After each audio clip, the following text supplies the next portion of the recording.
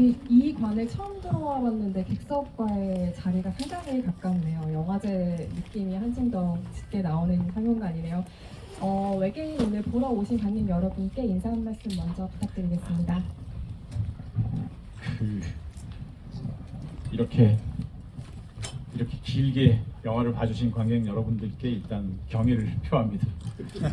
4시간 반에 가까운 영화를 봐주셔서 너무 감사하고요. 어쩌면 저도 실제로 이 영화를 처음부터 끝까지 쭉 붙여서 보지는 않았어요. 그렇지만 편집을 1년 동안 하면서 영화는 다 머릿속에 있으니 아마 여러분과 같은 경험을 했을 거라고 생각합니다. 그리고 해운대가 아닌 남포동에서 뵙게 돼서 또 너무너무 반가워요. 영화 봐주셔서 감사합니다. 네, 안녕하세요. 류준열입니다. 저는 사실 여기 어떻게 오게 된 거냐면요. 원래 예정이 없던 건데 그냥 이제 가을 바람이 이제 막 시작하려고 할 때 감독님께 전화를 드렸다가 집 근처 사시거든요. 그래서 어디 계시냐 했더니 부산에 와 계시다고. 그래서 그럼 제가 부산을 한번 내려가겠다고 그랬더니 서울 오면 한번 뵙자고 그랬더니 그러지 말고 그냥 부산을 한번 오라 그래서 부산이요? 그랬더니 이제 외계인 GV가 있으니까 그때 한번 놀러 오면 어때? 그러니까 좋죠. 이래가지고 오게 됐다가 계속 뭔가 이게 스케줄이 생기면서 이제 부산에서 쭉 있게 되는 그렇게 해서 오게 됐습니다. 그래서 감독님 보러 왔다가 여러분들 만나게 된 거예요. 이게 인생이 다 그렇듯이 이렇게 잘 낚아야 되고 감아서. 그리고 저도 저 혼자 오면 좀 쑥스럽고 그러니까 뭐 준현 씨 같이 오면 좋은데. 근데 관객분들이 너무 좋아하시니까 다행입니다. 그것도 그렇고 오늘은 저도 감독님 얘기를 들으러 온 거라서 감독님 얘기 많이 하시고 저도 질문을 이쪽에다 많이 해주시죠. 네, 저에게 지금 다 책임을 네. 두 분이 전가하시는 가운데 골고루 제가 질문을 분배해서 드리도록 하겠습니다. 류준열 배우는 또 올해 심사도 같이 하셔야 하기 때문에 네네. 부산에서 지금 바쁜 시간 보내고 계실 텐데요. 안 그래도 배우들이 자기 작품에 애정을 가지는 건 사실 뭐 기본적인 어떤 멋진 태도이긴 하지만 그냥 외부에서 보기에 류준열 배우가 이 작품에 가지는 애정이 굉장히 남다르다는 인상을 항상 받고는 해요. 그래서 어떤 점에서 이 영화 그렇게 애착을 좀 가지게 하는지에 대한 이야기를 개봉이 지금 다 지나고 나서 시간이 좀 흐른 이후에 꼭 한번 여쭤보고 싶었습니다. 일단 이 영화를 딱 떠올리면은 그냥 행복한 기억들이 너무 많아요. 일단 제일 좋았던 거는 스텝이면 스텝, 배우들이면 배우, 뭐 감독님들 모두가 다 좋은 사람이 함께했다는 게, 그러니까 그 어떤 작품들보다도 확 느껴지는 그런 작품이에요. 그래서 그냥 그때 기억만 하면 절로 웃음이 나오고 그 사람들이 다시 보고 싶고 이 사람들을 다시 이런 작업들을 다시 할 수 있을까? 라는 이런 멤버가 모여서 다시 작업할 수 있을까? 그리고 제가 받았던 배려들이 막 떠오르고 결국에 영화는 점점점 저는 결과보다는 과정이 더 중요하다고 점점 확신이 들고 있는데 이 영화가 저를 좀 그렇게 만드는데 큰 기여를 하지 않았나. 이게 이제 제 인생 전반에서도 제 인생의 어떤 결과보다도 그 과정이 중요하다라는 게 점점 느껴지는데 그게 이 영화가 아마 시작인 것 같아요. 네. 이 말이 조금 남다르게 들리는 것은 많이 알려진 사실대로 외계인이라는 작품이 1, 2부 동시 촬영을 했기 때문에 한국 상업영화 프로덕션상 가장 긴 프로덕션을 가진 기록을 지금 세우고 있는 작품이기도 한데 그 기간 내내 이렇게 행복하고 그때 기억이 나에게 계속 힘을 준다고 말할 수 있는 건 그 1년이 넘는 기간 동안 정말 배우가 많은 것을 받은 현장이었다는 거죠. 굉장히 남다르게 그 얘기가 다가오기도 하고요. 저는 이 영화가 놀라웠어요. 어떤 의미에서 놀라웠냐면 이렇게 많은 구슬이 꿰어지다니 이게 꿰어지네 이런 생각을 하면서 영화를 봤던 놀라움이 아직도 남아있는데 외형적으로는 무협 액션 SF를 좀 만나게 하고 내적으로는 해학적인 태도를 갖춘 한국형 블록버스터가 나오지 않았나라는 인상을 1, 2부를 다 통과하면서 제 안에 가지게 됐습니다. 근데 감독님이 그 수많은 영화의 이미지들 가운데 가장 단초가 되었던 이미지 하나가 분명히 있을 것 같다는 짐작을 했거든요. 그것은 어떤 영화 속의 장면일 수도 있고 어떤 캐릭터의 태도일 수도 있고 여러 가지가 있을 텐데요. 좀 긴 시간이 지났기 때문에 오래된 기억이긴 하겠지만 이 외계인이라는 작품을 태동할 때 가장 처음에 머릿속에 떠올랐던 이미지가 혹시 기억이 나세요? 옆에 유준열 씨가 있으니까 유준열 씨 이미지를 얘기해야 되는데 그렇지 않고 김태리 씨가 그냥 걸어가는 장면이 있어요. 그러니까 저는 되게 작은 건데 사람이 걸어가는 걸 되게 좋아해요. 그리고 특히나 배우들이 걷는 모습에 저는 좀 매료되는 것 같아요. 그러니까 고등학교 때 텔레비전에서 영화로 아랑드롱 영화가 나오는데 그 사람이 너무 멋있게 걷는 거예요. 그리고 감독이 너무 장시간 그 사람이 걷는 걸 찍어요. 한 40초, 50초. 아마 그럴 때의 기억이 계속 박혀 있는 것 같아요. 그래서 그냥 현대에서 온 여인이 고려시대를 걷고 있으면 어떨까 그런 생각에서 최초로 출발을 하게 됐고, 그리고 제가 전우치를 예전에 전우치도 한 8개월 반 찍었거든요. 제가 다 지금 흰머리인데 다 사기로 염색해가지고 이렇게 사람 꼴을 갖추고 있지만 전우치 찍고 나서 머리가 하얗게 샜어요. 근데 전우치를 찍고 한참 지나서 이 영화가 전우치에 대한 어떤 기억이 소환되는데, 그럴 때 그 전우치를 했던 강동원 씨만큼 활발하고 어디로 튈지 모르는 이미지를 가진 배우가 누가 있을까를 고민하다가 이제 유준열 씨를 만나게 된 거죠. 그러니까 유준열 씨는 영화 같이 하기 전에 어느 술자리에서 잠깐 봤어요. 근데 이분은 술을 한 잔도 못 해요. 그래서 이분은 다량의 콜라를 마시고 저는 다량의 맥주를 마시면서 막 얘기하다가 운동 잘해요? 자기 잘한대요. 와이어 하고 막 날아다니는 것도 잘하겠네요. 그런 거는 뭐 이러는 거예요. 그때부터 유준열 씨를 공중에 띄워서 영화를 찍고 싶다는 생각을 가지게 됐죠. 그러니까 그 이야기를 먼저 완성시키기 전에 배우가 가진 이미지들을 혼자서 상상의 세계 속에서 막 다루다 보면 그 과정에서 이 영화가 나온 겁니다.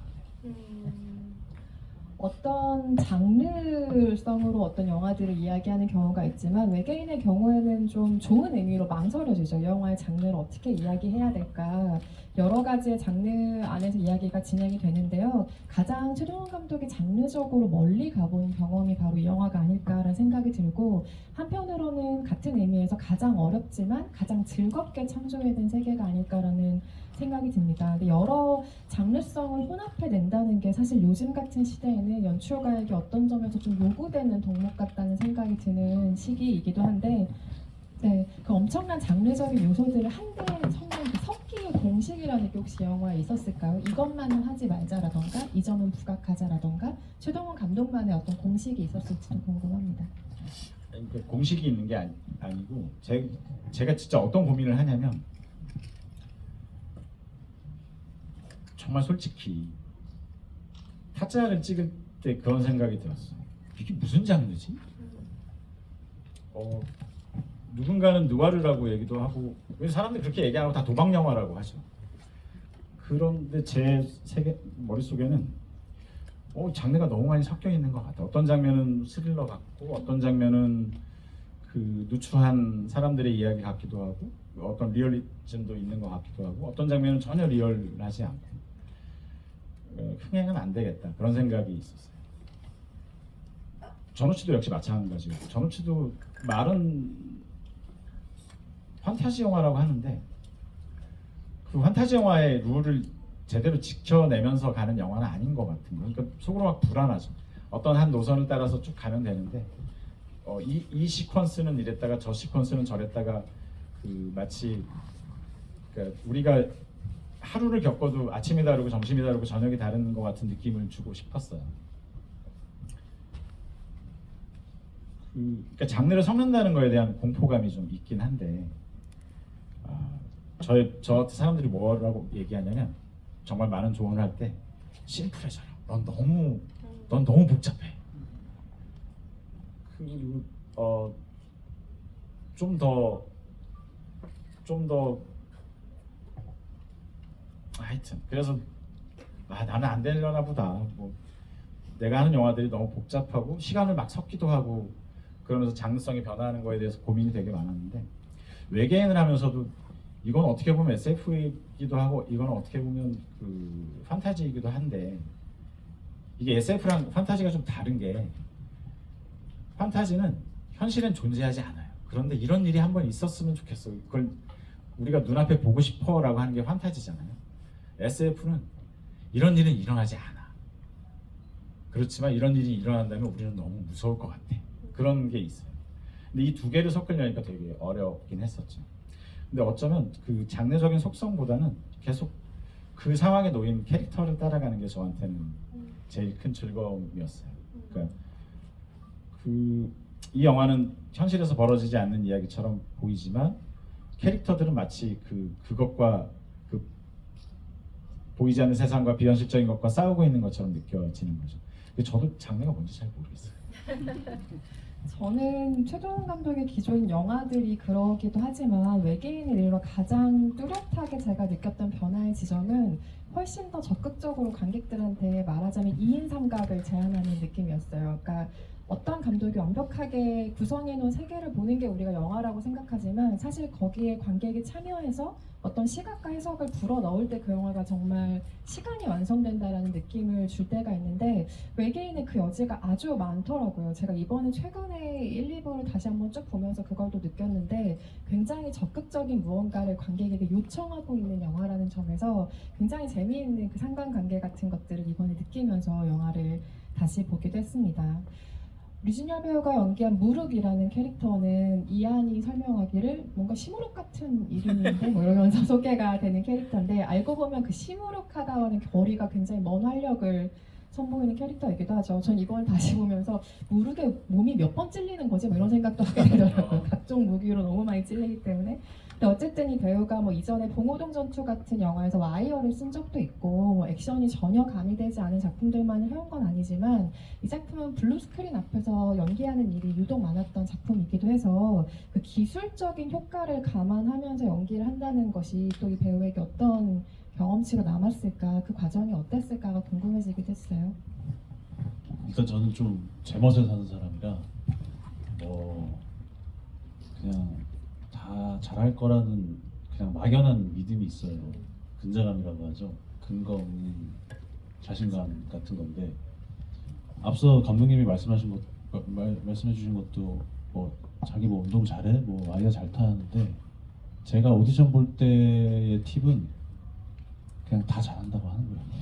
일단 뭐 준열 씨 기타 칠 줄 알아? 그러면 칠 줄 안다. 준열 씨 뭐 수영 잘해? 칠 줄 알아? 네, 알아요. 딱 봐도 못 쳐 보이죠. 그러면 다음 작품에서 기타 친다고 하면 오늘부터 가서 연습하는 거예요. 그런 마인드로. 네, 실제로 저 기타 칠 줄 모릅니다. 그러니까 네, 근데 지금 그냥 안다고 한 거예요. 그래놓고 일단 저질러 보는 거죠. 그게 뭐 막연히 뭐 그냥 던진다기보다는 그냥 그런 근자감이나 제멋에 사는 그런 맛에 그런 게 밑바탕이 됐기 때문에 막 할 수 있는 건데 배우가 뭐 카메라 앞에서 연기할 때 자신감 없이 연기하는 거는 정말 최악인 것 같고 그런 의미에서 무조건 다 할 수 있다라는 믿음으로 작품을 하게 되는 거죠. 아니 근데 정말 그 자신감이 밑도 끝도 없는 게 이를테면 영화 처음에 일부에 그 허풍을 막 떨면서 개울가 주막 같은 데서 부채 막 탁 이렇게 하고 준이 여기가 아니라 이쪽에서 해야 될 것 같아. 그래요? 또 여기 가서 쫙. 그러니까 그런 거에서 되게 열려 있는데 급기야 저희가 액션씬을 찍을 때 보통 액션을 되게 오랫동안 준비해요. 무술 감독과 함께 그 무술팀이 며칠을 준비해서 그 합을 짜는 거예요. 근데 제가 현장에서 바꿔요. 근데 준열 씨는 저기서 그 무술 감독과 그 합을 막 몸에 익혀놓고 있는데 제가 가서 나는 그렇게 찍으면 이 건물의 구조랑 안 어울릴 것 같으니까 여기서 이렇게 하고 2층에 올라갔다가 거기서 싸워서 여기서 이렇게 도망갔으면 좋겠어 하면 모두 다 멘붕이 와야 되는데 준현 씨는 그래요? 그럼 여기서 다시 그리고 전혀 어떤 그 합들을 만들어 내는 거예요. 근데 저도 제가 무리한 부탁을 하고 있다는 걸 알지만 맞아요. 유준현 씨의 근자감에 기대서 만들어진 액션씬들이 많죠. 좋은 근자감이었습니다. 관객들이 보기에 그게 근거가 없었다는 게 전혀 티나지 않는 그게 또 바로 연기의 기술이기도 할 텐데요. 최동원 감독의 영화 세계를 얘기할 때 가장 많이 거론되는 단어 중에 하나가 멀티캐스팅이 아닐까 싶어요. 모든 아주 대다수의 인원들이 전면에 나서는 영화를 만들면서 그들 한 명 한 명에게 아주 확실한 개성을 부여한다는 게 정말 쉽지 않은 일을 매번 해내신다는 생각이 드는데 여러 캐릭터와 각자의 서사를 만든다는 게 이 영화만 생각해도 정말 어렵거든요. 근데 이것이 그냥 만드실 때 마치 무슨 감자나 고구마가 덩굴처럼 올라오듯이 한 명을 세워놓으면 이것도 생각나고 저것도 생각나고 자연스러운 수순처럼 되는 것인지 여러 멀티캐스팅 캐릭터를 만드는 그 장점이라고 할까? 재미는 무엇일까요? 연출가 입장에서. 멀티캐스팅 한다고 욕 먹은 적도 있거든요. 근데 이게 처음에 제가 데뷔할 때 데뷔하는 게 되게 어렵더라고요. 왜냐면 제가 누군지 모르잖아요. 쟤를 믿을 수 있는지 알 수 없으니까. 근데 제가 범죄의 재구성을 쓸 때 사람들이 이건 안 돼. 왜냐면 주인공이 5명이기 때문에 불가능하다는 거예요. 근데 저는 그게 이해가 안 됐어요. 주인공이 5명이면 영화가 5배로 더 재밌어지는 거 아닌가? 뭐 그런 생각을 하게 됐죠. 그러니까 도둑들도 배우가 10명이 나오는데 처음에 제목은 10인의 도둑들이었어요. 제작자가 그냥 도둑들로 하라고 해서 그렇게 하긴 했지만 10명이 나온다고 해서 저는 관객들이 헷갈려하지 않을 거라고 생각했었던 거죠. 왜냐하면 관객은 극장에 들어오는 순간 천재가 된다고 생각해요. 그러니까 저게 저렇게 해서 되는 거고 저게 뭔가 숨겨놨고 이렇게 그런 아주 그 잡다한 생각들을 거치면서 영화를 보는 즐거움이 생긴다고 생각하는데 외계인의 경우에도 맞아요. 사람들이 되게 많이 나왔어요. 그리고 사람들의 결이 다 달라요. 누군가는 외계인이고 누군가는 로봇이고 누군가는 일반인이고 누군가는 도사이고 그래서 그 배우들에게 얘기했던 건 당신은 실제 하는 사람이고 당신은 이를테면 염정아 씨나 조우진 씨한테 당신들은 사람을 웃기려고 하는 게 아니다. 당신들은 원래 그런 사람들이다. 믿음을 가지고 해라. 그래야 5번밖에 안 나오거나 뭐 6번밖에 나오지 않아도 그 사람들이 영화에 나올 때 진짜 존재하는 사람처럼 느껴지게 된다면 배우가 10명이어도 저는 관객들이 영화를 재밌게 볼 수 있을 거라고 생각하는 거죠. 약간 딴 얘기긴 한데 그 범죄 재구성에도 염정아 배우 나오시잖아요. 그런데 거기서 제 기억으로는 그 영화에서도 염정아 배우가 런닝머신에서 뛰는 장면이 있어요. 네. 런닝머신에서 뭔가 이렇게 장면이 벌어지는 상황이 있는데 그걸 기억하고 있는 관객이어서 그런지 이 영화에서의 그 런닝머신 씬이 조금 이 감독과 배우가 오랜 시간 안에서 또 한 번 서로 같이 만들어낼 수 있는 작품의 오마주처럼 보이기도 하고 굉장히 흥미롭게 지켜보았던 기억이 나기도 합니다. 무르은 성장형 캐릭터죠. 1, 2부를 통틀어서 가장 많은 변화를 겪는 인물이기도 하고 2부에서는 아까 제가 설명했던 외적인 활력뿐만이 아니라 좀 심리적인 딜레마가 계속 이 인물에게 생기는 지점들이 있는데 긴 촬영 기간 동안 무르의 캐릭터를 좀 변화시킬 만하다고 생각한 변곡점이 있었는지 아니면 그 또한 그냥 자연스럽게 흘러가면서 만들어진 것인지 궁금하네요. 그때는 몰랐는데 지금 생각해 보면은 그 테리 씨가 한 말과 좀 연결이 되는 것 같아요. 그러니까 뭔가 그때는 그냥 마냥 즐거운 느낌의 약간의 어떤 그 과거에 대한 안타까움이나 아픔이 있었는데 지금 생각해 보면 그 시무룩한 지점이 있기 때문에 그 무르기라는 캐릭터가 완성된 게 아닌가라는 생각이 드는 거예요. 그러니까 결국에 인간이 성장을 해야 될 때는 그 아픔을 정확히 찝어내고 그거에 대해서 들춰냈을 때 성장을 하는 거라고 생각이 드는 요즘인데 그게 무르기라는 캐릭터한테는 그 시무룩한 지점이지 않았나? 그런 생각이 들어요. 요즘 저도 뭔가 시무룩하게 있을 때가 되게 많거든요. 그러니까 사람들이 주변에서 이제 저라는 캐릭터를 이제 너무 제 캐릭터가 좀 쉬운 캐릭터여가지고 명확하게 다 알고 있는데 요새 조금 약간 뭔가 시무룩하고 너답지 않아 보이고 약간 이런 모습들을 얘기를 하는데 그게 약간 시무룩한 포인트가 아닌가라는 생각이 들어요. 그래서 올해 저도 뭐 이런저런 시간을 보내면서 뭔가 성장하고 있다는 느낌이 강하게 드는데 그 기저에는 그 무르기 갖고 있는 시무룩함이 이 밖으로 꺼내졌을 때 그리고 그걸 명확히 앞에 대면했을 때 나오는 어떤 그런 순간인 것 같은데 그게 그 변곡점이지 않을까라는 생각이 듭니다. 그 시무룩을 포함해서 외계인에는 각자가 또 꼽으실 만한 혹은 기억에 오래 남을 만한 대사들이 있는데 저는 뜨라프 잣나무인 것 같아요. 영화를 관통하는 한마디라는 생각도 들고 운명과 인연에 대한 이야기이기도 하고 하필이면 그때 그 시간 그 자리에 있었던 이유로 만난 사람들에 대한 이야기이기도 하잖아요. 저희도 지금 어찌 보면 뜨라프의 잣나무죠. 이 시간에 선택하셔서 들어오신 분들과 시간을 보내고 있었으니까요. 배우들이 각자 영화를 찍으면서 하나의 좀 테마를 자기 안으로 가져가는 작업이 또 연기라는 생각이 들어요. 이 영화는 유독 운명, 인연, 관계 이런 것들을 좀 생각하게 하는 영화이지 않았을까 싶은데 실제로 그 개념들에 대한 변화가 좀 있어요. 어때요? 아 저는 지금 얘기하니까 뭔가 탁 소름 돋으면서 떠오르는 게 있는데 제가 최근에 해외에서 이렇게 일을 하면서 아침 저녁 시간이 좀 여유가 있었어요.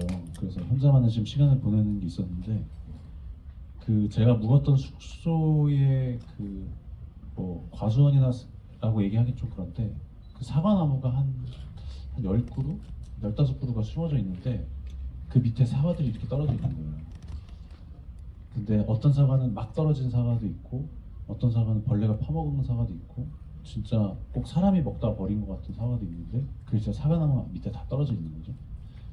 근데 그걸 보면서 아 뭔가 사진 작업에 대한 어떤 열망이 딱 떠오르면서 아 뭔가 사과가 저기 떨어져 있고 그거에 대한 어떤 이유를 찾아야 하나? 혹은 찾기보다는 어떤 다른 것들을 받아들여야 되나? 그 에너지에 대해서 그러면서 시작한 작업이 있어요.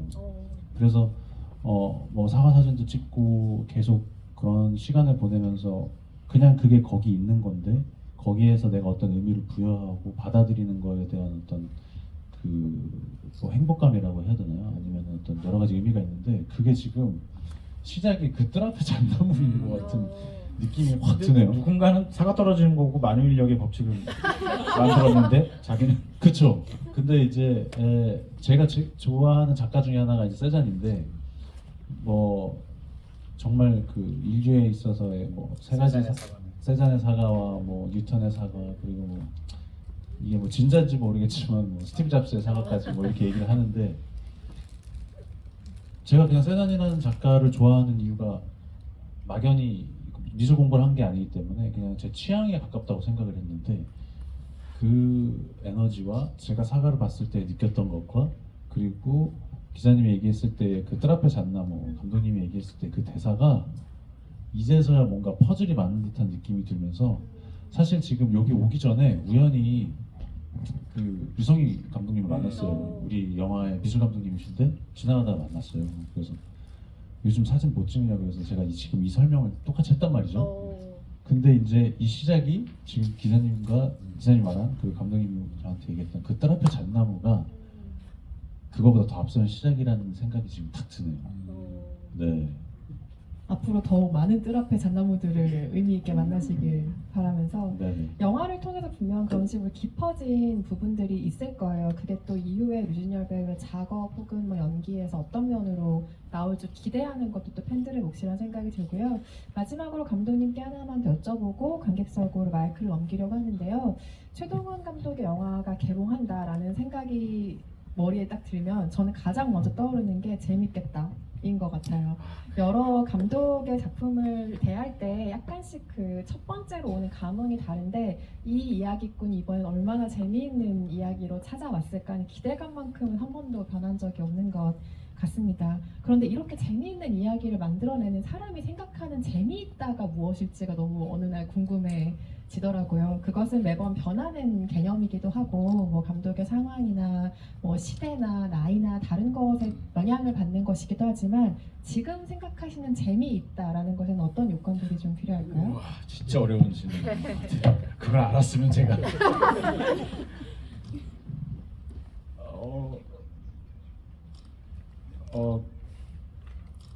이게 영화를 하는데 한 3년쯤 걸려요, 보통.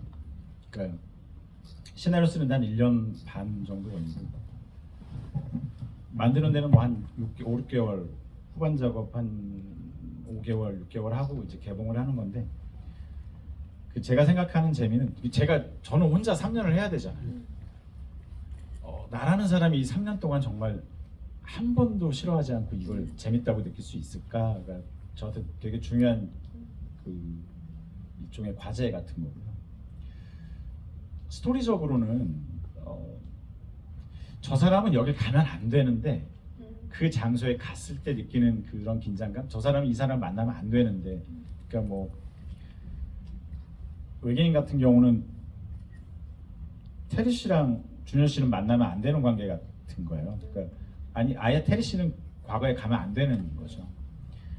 그런데 이제 그렇게 그 캐릭터와 공간이, 시간이 잘못 부딪혔을 때 느끼는 것, 뭐 그런 걸 저는 재미라고 생각하기도 하고, 뭐 도둑들을 예를 들면 홍콩에 처음 갔을 때 무슨 이렇게 생긴 도시가 있을까 하고 되게 경탄했었는데, 이곳에 각국의 도둑들이 모여서 서로 아귀다툼을 벌인다면 재밌을까? 그러니까 저는 실제로 시나리오 쓸 때는 시간 가지고 싸우긴 하지만 공간에서 영감을 많이 받는 것 같아요.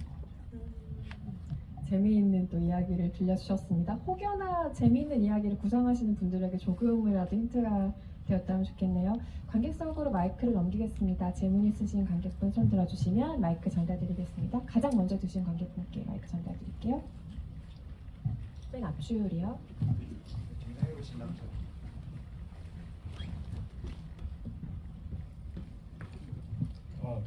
사실 제 1편은 극장에서 못 보고 넷플릭스 올라왔을 때 봤습니다. 잘 보셨습니다. 그래가지고 제 감독님 범죄의 재구성 때부터 꾸준히 좋아하고 있습니다. 감사합니다. 그리고 저 호텔에서 사인도 받고 했었습니다. 기억하시는지 잘 모르겠습니다. 이 포스터에. 그 천으로 된 포스터. 예. 네. 그리고 제 나이가 이제 40대인데 40대 중반인데 그 DVD 프라임이라고 혹시 아시는지 잘 모르겠습니다. 이 사이트 네네. 이렇게 부가 매체를 모으는 팬들이 많은 사이트인데, 이쪽에서 그 외계인 왜 블루레이를 안 나오나 4K는 혹시 준비 중이신지 궁금하고, 네. 사실 팬들이 이 외계인 같은 경우는 독일에 4K로 출시된 걸로 알고 있거든요. 그리고 많은 분들이 해외 주문까지 해가지고 이렇게 구매하고 있는데, 사실 뭐 우리나라가 이게 OTT라든지 사실 모두 어렵다 보니까 극장에도 못 가고 이러는데, 그래도 소수지만 이걸 모으시는 분들이 꾸준히 있거든요. 안 되면 뭐 CJ에서 사실 시리즈로 잘 내주고 있는데, 혹시 이왕이면 4K로 국내에 출시될 예정이 있는지 궁금합니다. 예. 좀 제작자분이 작업하고 있습니다. 예.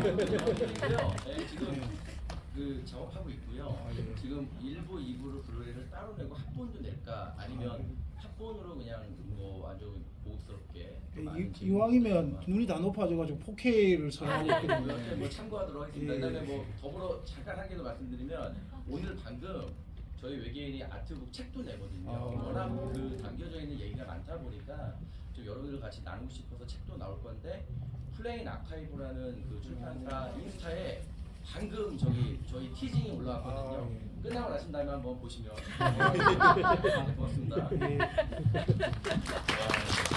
이후의 소식까지 알기 위해서 나중에 이거 들었습니다. 하나만 좀 두 번째 줄에 계신 관객분께 마이크 전달 부탁드립니다. 바로 뒤에 계신 관객분이요.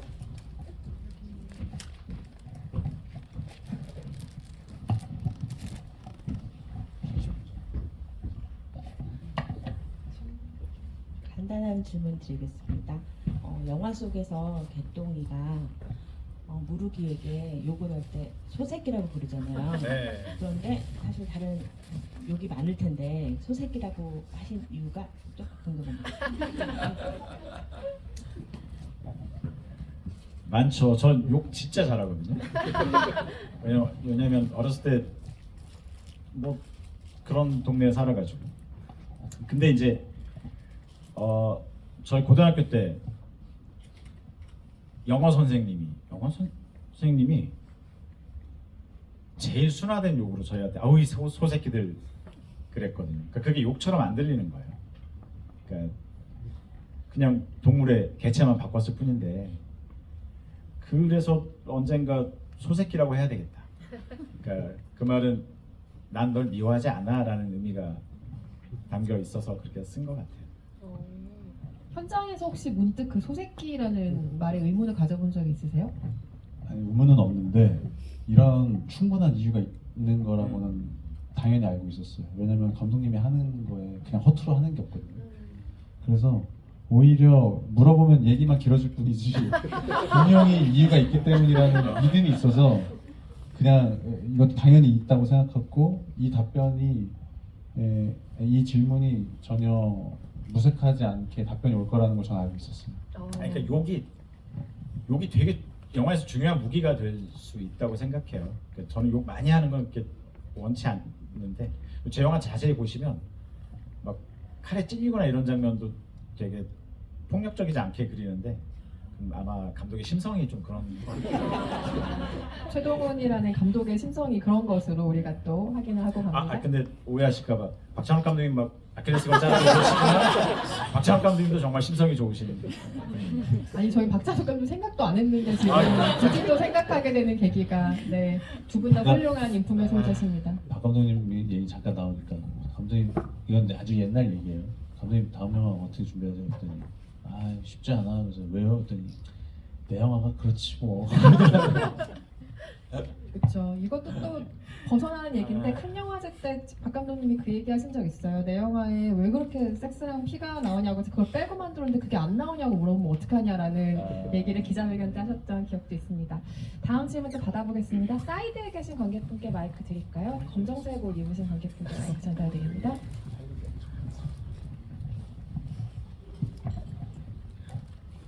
반갑습니다. 저는 오늘 시죠. 예, 오늘 너무 재밌는 시간 보냈고요. 그다음에 요즘엔 TV를 틀면 뭐 OCN이나 뭐 이런 방송에서도 외계인이 계속 흘러나오는데도 저는 그냥 무심히 넘겼거든요. 그랬는데 이번 영화에 이제 연속해서 이렇게 볼 수 있는 기회가 돼서 너무 즐거웠고 올해 들어서 가장 잘한 일이 국제영화제에서 와서 이 외계인 원투를 그대로 쉬지 않고 본 게 아닌가 하는 생각이 들 정도로 너무 재밌게 잘 봤습니다. 그래서 그 감독님께 잠깐 프로필을 봤는데 뭐 그 전에 감독님께서 말씀하셨던 영화들은 너무 제가 잘 계속 봐왔고 지금도 좀 기대가 되는 차기작도 좀 있지 않을까 싶은데 뭐 혹시 이 자리를 빌어서 스포해 주실 수 있으면 그거 하나 부탁드리고요. 그 다음에 그 국문과를 나오셨던데 어쨌거나 이 영화에 제동훈 감독님의 이렇게 뭐가 이렇게 베이스가 되는 뭐 작가라던가 영감을 얻는 그런 예술가가 있다면 어떤 분인지 그 두 가지 되게 궁금합니다.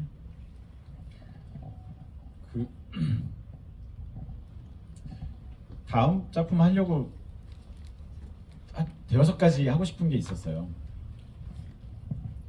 제가 제작자에게도 물어보고 제 친구들에게도 얘기를 술 먹으면서 들어봐 이러면서 얘기를 해요. 근데 친구들이 보통 얘기를 하면 술을 먹다가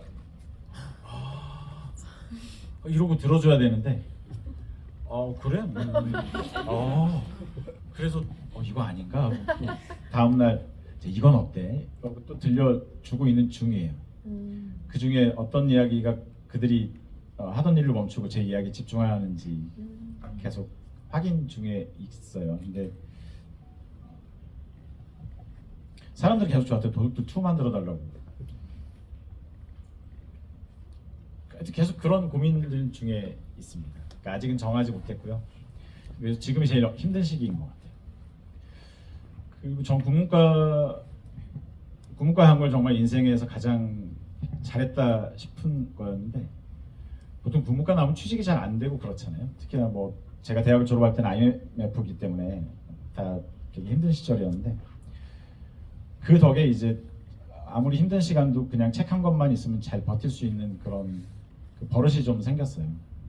근데 제가 존경하는 사람은 뭐 되게 많죠. 다. 근데 제가 제일 존경하는 사람은 퀸틴 타란티노입니다. 왜냐하면 군대를 제대하고 난 앞으로 뭐가 돼야 되나 이러고 있을 때 그 펄픽션을 극장에 보러 갔었어요. 근데 제가 봤던 어떤 책보다 저를 더 해방시켜줬어요. 그 영화는 뭐라고 얘기하고 있었냐면 네가 하고 싶은 대로 영화를 찍어. 그럼 돼라고 얘기하는 것 같았어요. 그 정말 많은 소설들을 좋아하지만 그때 받았던 그 어떤 깨달음은